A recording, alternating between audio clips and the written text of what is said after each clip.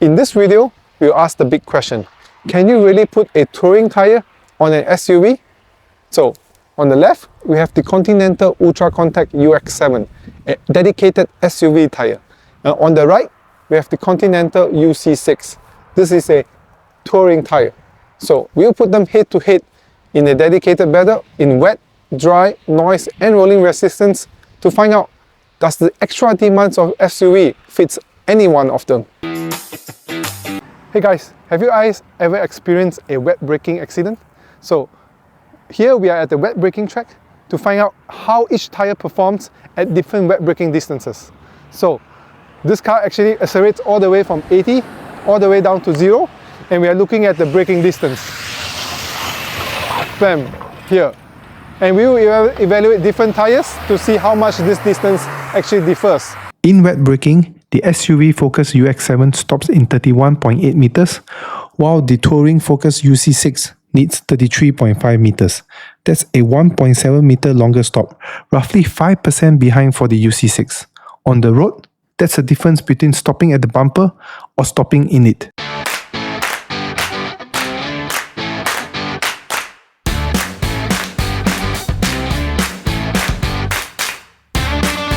Now into wet handling. The UX7 laps the course in 85.94 seconds, while the UC6 comes at 88.6 seconds. That's a 2.66 second gap, translating to about a 3% handling disadvantage.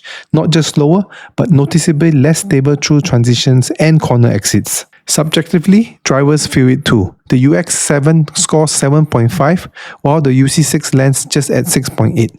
A 0.7 point difference, showing higher confidence and grip feel for the SUV-focused tire.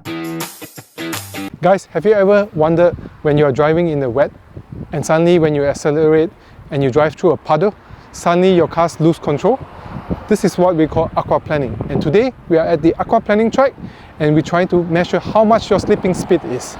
So the car actually goes at top speed, and what we are trying to find out is where your tire actually stops turning as fast as the other tire. Even in straight line aquaplaning, the UX7 holds on until 75.4 km per hour compared to the 72.1 km per hour for the UC6, giving the UX7 a 3.3 km per hour advantage, or roughly 4% more water clearing stability at speed.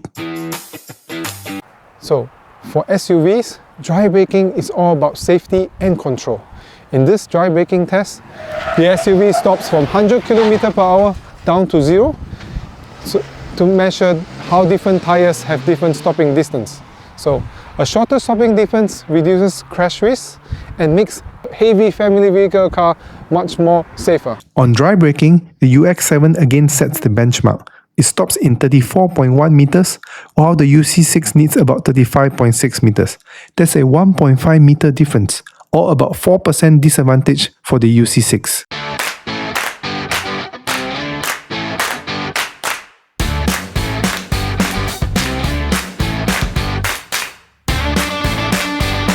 Now for dry lap times, the UX7 posts 53.08 seconds, while the UC6 follows at 53.28 seconds. That's nearly identical, a difference of just only 0.2 seconds, effectively a dead heat in outright pace. But the driver feedback tells a slightly different story. Subjectively, UX7 scores 7, while the UC6 comes in at 6.5, a 0.5 point each, reflecting a more planted front end and cleaner steering response.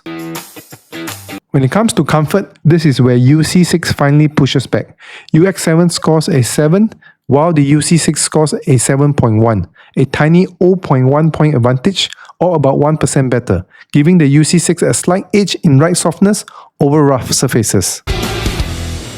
In summary, the Continental UX7 feels like a clear generational leap. This dedicated SUV tire delivers stronger wet and dry braking, greater wet and dry stability, and better aquaplaning resistance.